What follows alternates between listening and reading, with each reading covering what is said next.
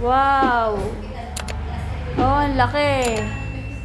Ang laki naman. Wow, wow, wow. Ganito, mag-anak sa kasal sa Batangas. Oh, ang laki ng ng sabit. Oh, Diyos ko po. Ilang kilo kaya, aray? Pagkakalaki ah.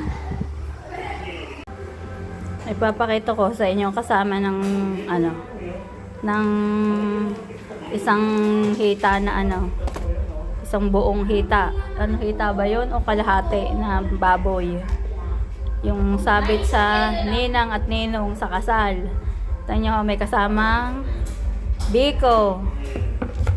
Tapos mayroong kalamay. Tapos mayroong suman. O yan, daming suman. Tapos may kape, may asukal, may betchin, mayroong ketchup, may toyo, mayroong tomato sauce, mayroong garban sauce, may Reno, may star margarine.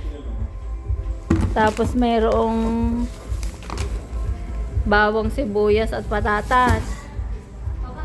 Ayan, ganyan ho ang nag-aanak din sa kasal sa Batangas. Tapos ito ay syempre bukas kasalan. Tatapatan mo ito. Magbibigay ka ng sabog sa kanila. May sabog. Pera po iyon. Ang tawag po dito ay sabog. Ito! Sabit sa akin! Pinoy na pagkakabigat! Salamat! Iya.